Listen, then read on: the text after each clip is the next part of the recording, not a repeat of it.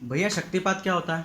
शक्तिपात, शक्ति से जो पात कर दे, मतलब जो अपने पथ पे शक्ति से ले जाए, मतलब अपनी तरंगे दूसरे के अंदर डाल देना और उन तरंगों की ऊष्मा मतलब गर्मी या ठंडक, ठंडक की भी तासीर ठंडी होती है और गर्म नहीं, ठंडक की भी तासीर गर्म होती है और गर्म की भी तासीर गर्म होती है। ठीक है ना? बर्फ को देखा है, बर्फ की तासीर गर्म होती है ना एकदम, इसलिए बर्फ बर्फ गर्म है, लेकिन है तो ठंडा जल, है ना? तो दोनों की तासीर गर्म होती है।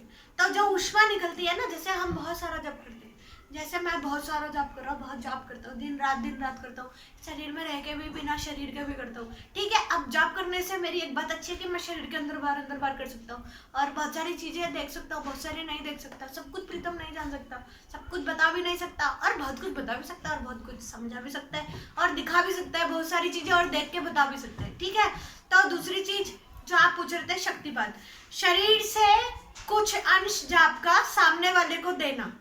ठीक है, अपनी सारी ताकत लगा के, चाहे आप हथेली पे ले आओ, चाहे आप सामने वाले के हृदय चक्र से हृदय चक्र में जाप को भर देना ही शक्तिपात होता है। ठीक है, आप पूरे संकल्प से उसका प्राणी का नाम लेते हैं, जैसे श्रीमती ये देवी जो भी है, बहन जी है या फिर भाई है कोई, या फिर कुंवारी कोई लड़की है या फिर कोई छोटी बच्ची है, जैसे कोई है सामने बैठे है, उसका नाम लिया और मैं जाप कर रहा हूँ कि मैंने जो भी आज तक किया है कृपा करके उसको थोड़ा उसका अंश मिले, 10%, 5%, आपके जाप के हिसाब से। अगर आपने बहुत ज्यादा जप किया है तो आपके जाप का दशांश भी उसको बहुत ज्यादा लगेगा, तो उसका शरीर एकदम शक्तिपात से भर जाएगा। शक्तिपात मतलब कि शरीर में एकदम गर्मी आ जाना और कुछ चीजें उस 10 मिनट के अंदर ऐसी अनुभव हो जाना जो किसी के पास भी बैठ के नहीं होती। सामने वाले की आभा के अंदर जब आप जाते हो और एक के अंदर जब आप जाते हो तो आपको बहुत अच्छे विचार आते हैं। आप गलत व्यक्ति के साथ बैठोगे गलत विचार आएंगे, अच्छे व्यक्ति के साथ बैठोगे अच्छे विचार आएंगे। इसलिए तो बड़े कहते थे ना, जैसी संगत होगी वैसे ही आपका रंग रूप और स्वभाव बनेगा,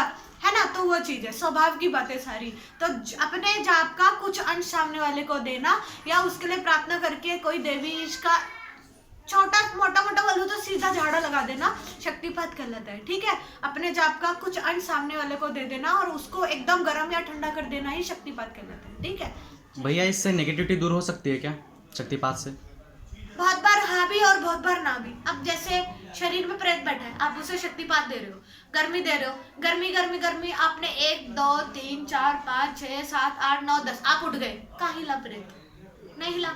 2 मिनट के लिए शरीर तो हल्का हो गया, लेकिन प्रेत तो अपनी जगह ऐसी कैसी बैठा है ना। हाँ, अगर कोई चौराहे का प्रेत है या ऐसी लगी लगी चीजें तो तुरंत हट के खड़े हो जाएगी बाहर। आपने शक्ति से भर दिया सामने वाले को, अगर सामने वाला ऐसा ही है, मतलब कुछ जब अपने करता, कुछ पूजा वूजा नहीं करता, तो 2 मिनट के लिए जाप गया, प्रेत बाहर, आदमी उठ के बाहर गया, प्रेत अंदर वापस, तो वापस चली गई, तो उस शक्तिपात का फायदा नहीं। हाँ, अगर शक्तिपात के बाद अगर आदमी निरंतर जाप करता रहे तो उस गर्मी को बढ़ाता रहे तो हो सकता है दोबारा से पूरे शरीर में प्रविष्ट ना करे, तो दोनों तरह के फायदे होते हैं। ठीक है, तो भैया जैसे जो जाप करता है और उसके सामने अगर हम शक्तिपात करते हैं तो उसमें क्या बदलाव आएगा? कोई जाप करता है और हम उसको अपना जाप देंगे, उसमें बदलाव कुछ नहीं आएगा, उसको कुछ चीजें ऐसी अनुभव जो है हो जाएगी जो आपसे जुड़ी हुई होती है, मतलब वो आपकी निजी जिंदगी की भी वो कुछ पल देख पाएगा जो आपने उसको कभी भी नहीं बताया।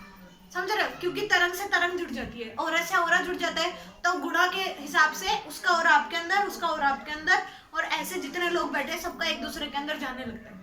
समझ रहे हो? तो आसपास की कुछ चीजें, जैसे मैं आपको कुछ देख के बता रहा हूँ, मेरे बगल में कोई और बैठा है, हो सकता है मेरे बगल में बैठे बैठे 2-4 चीजें वो बता दे, क्योंकि वो मेरे ओरे में अभी, क्योंकि मैंने औरा जब जाप किया था तो सबसे पहले दृष्टि खुली थी, दृष्टि साफ हुई थी, देवी देवता तो बहुत मन में दिखे, पहले तो प्रेत ही दिखते थे, तो हो सकता है बगल वाले बैठे आदमी को ही देव दर्शन हो जाए कि भैया कोई देवी आई है, हाँ भैया मुझे भी दिखी, बहुत बार होता था इससे पहले, तो साथ के साथ देख ले, तो औरे का प्रभाव ज्यादा होता है, तो शक्तिपात का भी प्रभाव ज्यादा होता है। तो हालांकि बात उसके ऊपर है कौन शक्तिपात कर रहा है और कौन शक्तिपात करवा रहा है, तो दोनों के ऊपर बात है। अगर दोनों सात्विक और ब्रह्मचर्य का पालन करते हैं, दोनों सात्विक है, गृहस्थ है, कैसे भी व्यक्ति है, उस हिसाब से उसके मन पे पूरा के पूरा दबाव पड़ता है उस चीज का कि आप किस हिसाब का आपका स्वभाव है और किस प्रकार की आपकी भक्ति है, उसके हिसाब से आपको जाप और शक्तिपात का अनुमान होता है। ठीक है, तो अलग अलग सबके अनुभव है। तो भैया सिर्फ क्या गुरु ही शक्तिपात कर सकता है? नहीं, ऐसा नहीं है, कोई भी साधारण व्यक्ति जो दिन में 4 घंटे जप करता है वो शक्तिपात कर सकता है।